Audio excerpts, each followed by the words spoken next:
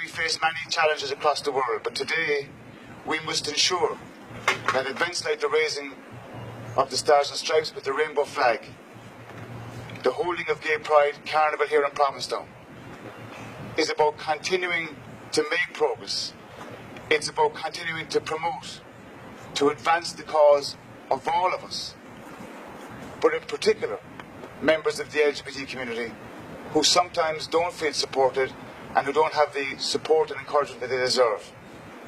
And can I remind us all that gay rights are human rights, and we should never allow people in power to forget that. And this town has always been a symbol of hope and of freedom. But there are many people across the world who are not equal today, who are not free, who haven't got the luxuries that we have and can't enjoy this moment, can't enjoy being able to hold hands, to walk downtown, or to fly a rainbow flag. And that's why I am proud to be here today as one of 5 members of the Irish Parliament who's gay, to stand with people like Sarah here, to be your voice, to be your champion, and to challenge those who perpetrate hate crimes and to oppose those regimes and governments that want to bring us back to the dark old days, where we will never go back to. Sure. Senator, this is a surprise seeing you here. You're a long way from home. What are you doing here? Well, it's great to be in Provincetown. It's Carnival week, it's summer vacation, and for the last 20 plus years I've been coming to Carnival, to Provincetown. It's an inclusive town, it's a town where we have all been made feel welcome. It's a special place, and as we heard today at the raising of the flag here, it's a place that nourishes and sustains many of us in the dark days and in the positive days. So it's home for many of us. It's a spiritual home where we feel alive, feel welcomed and made special.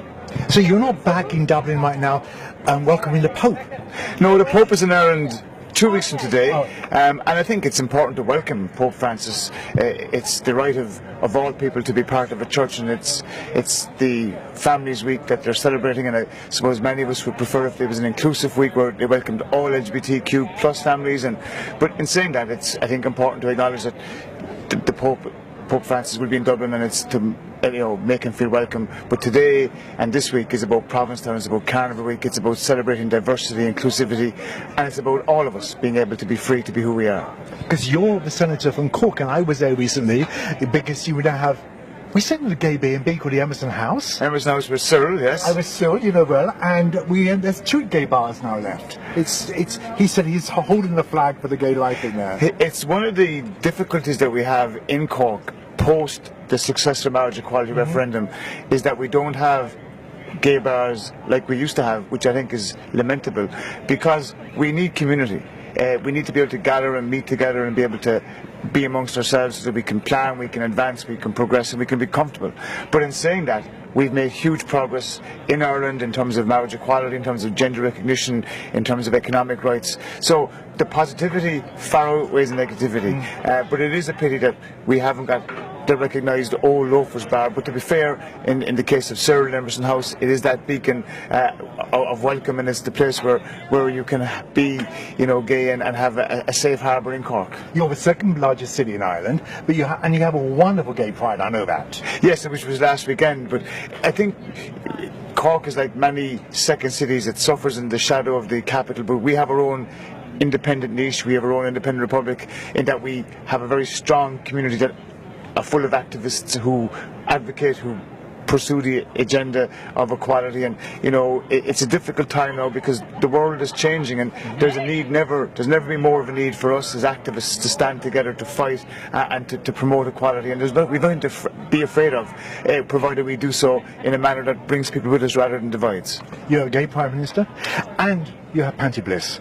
Well, Panty Bliss is something special. Rory, or Panty, is a unique, extraordinary person, and Leo Varadkar. We're very proud of having the first Irish Prime Minister Taoiseach to be gay, who's done a huge amount of work in his short term as a parliamentarian and as a Prime Minister. But what he stands for and what the symbolism of him being elected shows that we can have that dream of being able to be the Prime Minister of our country and being gay. So it's a huge progress, it's a huge achievement, and he does it in a very simple but dignified way. It isn't about just being gay, it's part of just who he is.